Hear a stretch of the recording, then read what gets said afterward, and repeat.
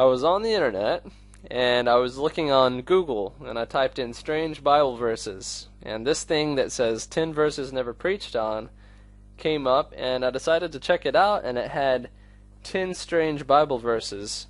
And these are things that I used to have questions on, and I want to look at them with you and hopefully get some answers from it. Okay, 2 Kings chapter 2, verse 23. This is number 10. Okay, this is about Elijah and Elijah just got taken away in the whirlwind. That's the background for this. It says, "Then he went up from there to Bethel, and as he was going up the road, some youths came from the city and mocked him, saying, 'Go up, you bald head, go up, you bald head.' So he turned around and he looked at them, and he pronounced a curse on them in the name of the Lord, and 2 female bears came out of the woods and mauled 42 of the youths." Okay, the comments is, George Costanza evokes the wrath of God. Haha. Alright. This is a verse that left me wondering for so long. I just never understood it. Well, let me shed some light on it now, though. The whole country was overrun with Baal worshippers, and it was the worst idolatrous time of the country. Everyone knew Elijah, and the Baal worshippers all hated him because he had all the Baal worshippers executed. These kids were probably their children or the children of some of the Baal worshippers. When they said, "Go up, you bald head," that's kind of funny, but it left me thinking that he was actually bald-headed for a while. But bald head is actually just an insult, meaning like a worthless person. Go up where? He was going up a hill or something? No, that's not what it was. He was the people were talking to him, and they were telling him to die. So what happened to Elijah? He went up. He was caught up into the whirlwind, and he went up. So they're telling him to go up, just like Elijah. They're saying, "Get sucked up into the sky like your master, you worthless thing." And then the bears came out and killed 42 of the kids. So you should understand that there were many, many more than just 42, maybe hundreds, you know. But anyways, if the bears didn't come out, Elijah probably would have gotten killed. Elisha probably would have gotten killed by those kids. Number 9. This is Mark 14:51 and 52. It says, "A young man was following him, wearing nothing but a linen sheet over his naked body, and they seized him, but he pulled free from the linen sheet and escaped naked." Okay, the comment says possibly the first streaker in history. This is a strange one, but it's just face value. Someone was following Jesus when he was captured, and the guards wanted to arrest him for following him, and he ran for his life. I guess people think it's weird that he ran away naked, but the guy didn't want to get arrested, so whatever. Okay, number 8. Deuteronomy chapter 23, verse 1. It says, "No one whose testicles are crushed or whose male organ is cut off shall enter the assembly of the Lord." I love the comments. It says, it says, we can't just be letting anyone in. We have to draw the line somewhere. And it was a pagan practice for priests to be castrated for their priesthood, and no animal that was castrated was allowed to be sacrificed either. This shows you something about Jesus, that he wasn't castrated or he wasn't a eunuch. Okay, so kind of sheds a little bit of light on that. Number 7, Genesis 38. It's 8 through 10. "Then Judah said to Onan, 'Go unto your brother's wife, and perform your duty as brother-in-law to her, and raise up offspring for your brother.' So Onan knew that the offspring wouldn't be his, so when he went to his brother's wife, he wasted his seed on the ground in order not to give offspring to his brother. But what he did was displeasing in the sight of the Lord, so he took his life also." Okay. Alright, here's my comment, is a lot of strange beliefs came out because of this verse, or these verses right here. And remember that Jesus was going to come from this family line. So God was keeping a careful eye on them. One guy was evil, so he was killed. Alright, now, his brother, since that guy didn't have any children, his brother was supposed to raise up children for him so that his family name wouldn't be cut off. And his brother, who was supposed to take his place, hated him and didn't want his name to continue. However, he did want to have sex with his brother's wife. Remember that this was the line that the Messiah was supposed to come through, though, and if this guy didn't make a child for his brother, the coming of Jesus would have been prevented, so God killed the guy. Does that make sense? Alright, number 6. 1 Samuel chapter 18, 25 through 27. It's kind of a funny story, but you got to understand it, alright? Then Saul said, "Thus shall you say to David, the king desires no bride price except for 100 foreskins of the Philistines, that he may be avenged of the king's enemies." Now Saul thought to make David fall by the hands of the Philistines. And when his servants told David these words, it pleased David, when it pleased David well to be the king's son-in-law. Before the time had expired, David arose and went along with his men and killed 200 of the Philistines, and David brought their foreskins, which were given in full number to the king, that he might become the king's son-in-law. And Saul gave him his daughter Michal for a wife. I like the comment too. It says, "How do you present a gift like that? Do you tie it in a bow on the box?"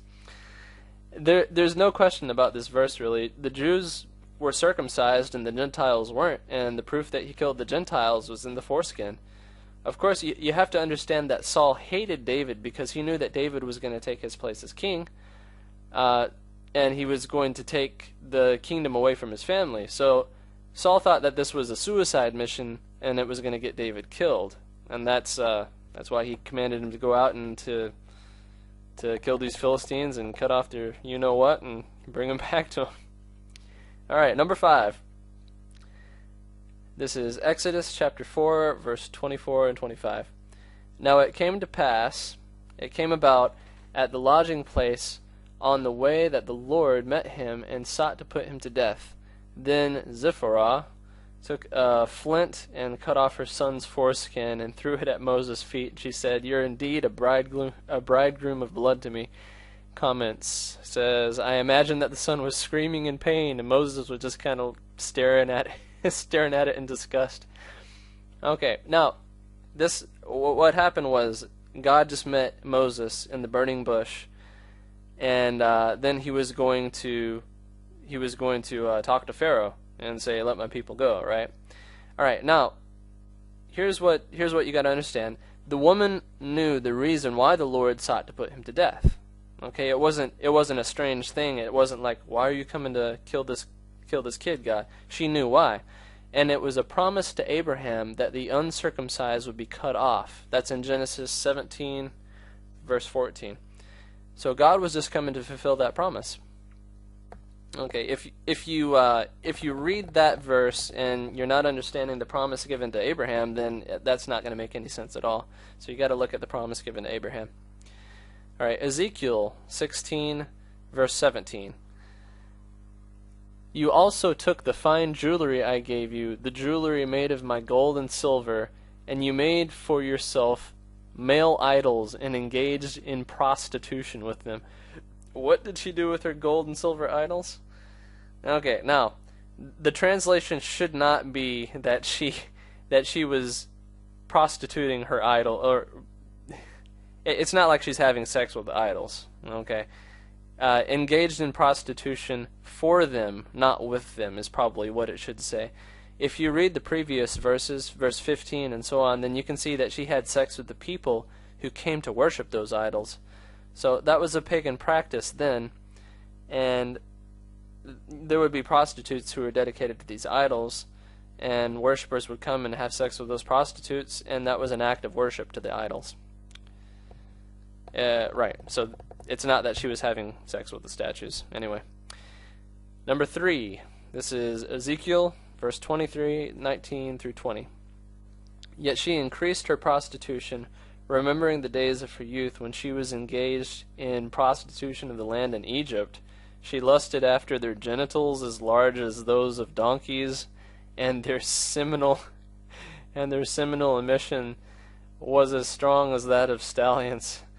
Okay, can't wait to hear this taught from the pulpit. Here's a better translation, I think. Look at the CEV. And it says, "She eagerly wanted to go to bed with the Egyptian men who were famous for their sexual powers." It's a very funny verse just because of how it's worded, but the original text really did compare them to having private parts as big as donkeys. Number 2, this is Judges All right, there's no question about this one. It's just a strange one. Okay, it says, and Ehud reached with his left hand and took the sword from his right thigh and thrust it into his belly. It's a king. It's a very, very fat king.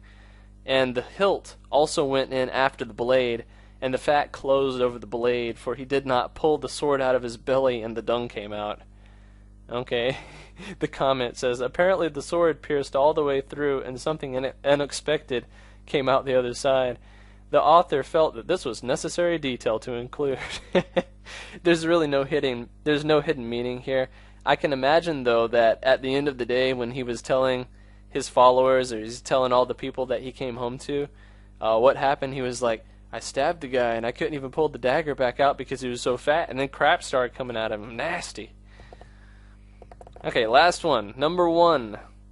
This was my favorite one, and for a long time I didn't understand it. Deuteronomy chapter 25, verse 11 and 12.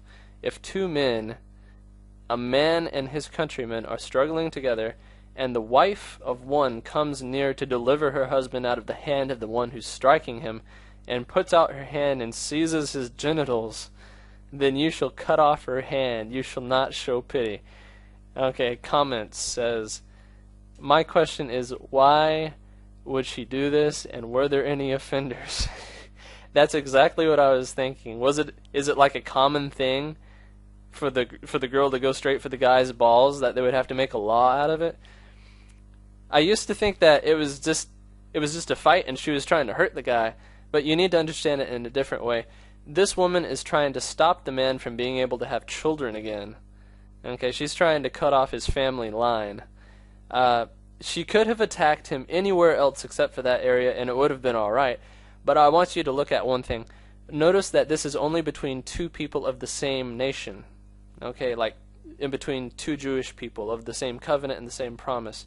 If a foreigner was fighting with her husband, then I guess it wouldn't really matter if she came and seized his genitals as much as she wanted to. Okay, so that about wraps it up for the 10 strange verses. If you have any insight or questions, then leave a comment. And here is the website where I found all these 10 verses, and you can look at it in the description as well.